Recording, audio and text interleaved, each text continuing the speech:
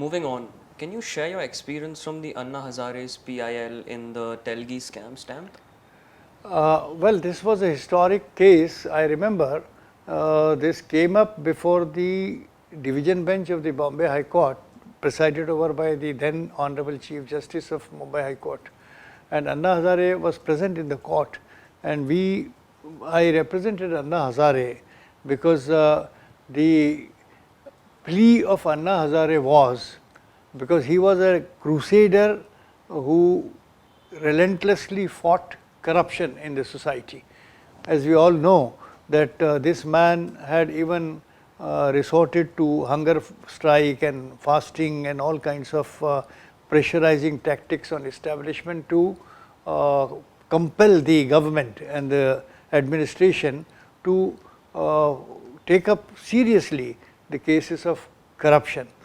Now, he had a small office in Mumbai, in a hutment of Mumbai western suburbs, and he was fighting against corrupt practices from top to bottom.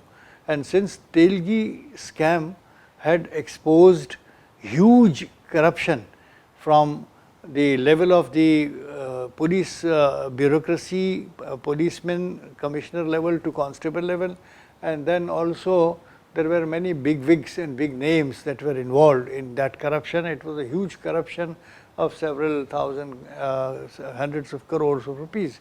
Now, I remember before the Honorable Chief Justice of Bombay High Court, I had made submissions which would be memorable for all times, and the learned Chief Justice of Bombay High Court, then Chief Justice of Bombay High Court, who heard me, also remembers now, because we discussed it when we met a few years ago, because this is a story of more than 25 years now. But then I remember that I had prevailed upon the Honorable Chief Justice. I had urged the Chief Justice that here is a man who is without shoes on his feet. He has no roof on his head. He believes in dispossession like all great men which India has produced in the past. And he has opened a small office in the western suburbs of Mumbai to fight corruption at his level, which is a very small effort. But if this honorable court take cognizance of his effort and takes one major leap into fighting corruption, that would have a great impact in our society. This is what was our submission.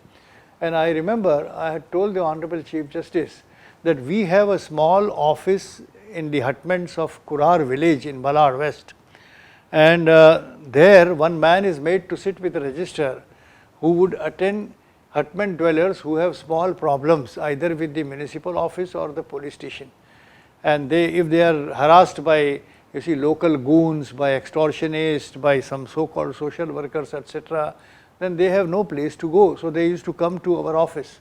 They used to say that, look here, X is harassing me or Y is harassing me. Now our clerk used to direct them to police station. Go to police station, lodge a complaint, don't worry, muster courage, we are with you. With great difficulty, the man most reluctantly would go to police station, and at the threshold of the police station he would stop there, thinking that the policeman who is sitting there, would he be friendly? Would he consider my problems seriously? Would he grant any relief to me? These were all questions that used to bother the mind of that person, aggrieved person.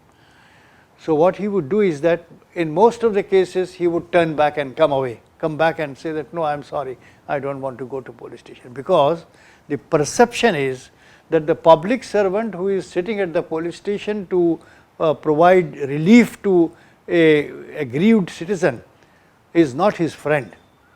Rather, he may even complicate his problems. Rather, he may even create further problems for him. So, no confidence in the mind of the people. So, I told the Honorable Chief Justice that, sir, we want you to intervene, and if your writ can reach the weak human person and citizen from Mumbai who is scared to go to police station, and you pass some such orders, do some such thing, it may be something like a magical wand that you have to use, that such persons who go to police station will have great confidence He would straight away go to the officer. The officer, station house officer, would entertain him with a smile, with a very friendly and humanly approach, try to solve him genuinely his problem, and that man would smile and come back partly relieved that, well, I think justice is there, law is there. The day that will happen, we will put a padlock in our office there and go back to our village, our purpose is accomplished. The Chief Justice was shaken when he heard me this.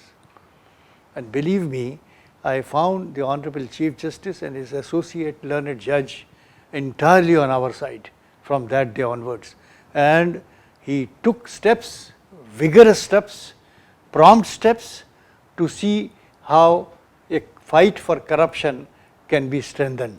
And later, in the process of days that followed thereafter, the hearing that followed thereafter, the Commissioner of Mumbai Police was taken into custody, which was something unheard of.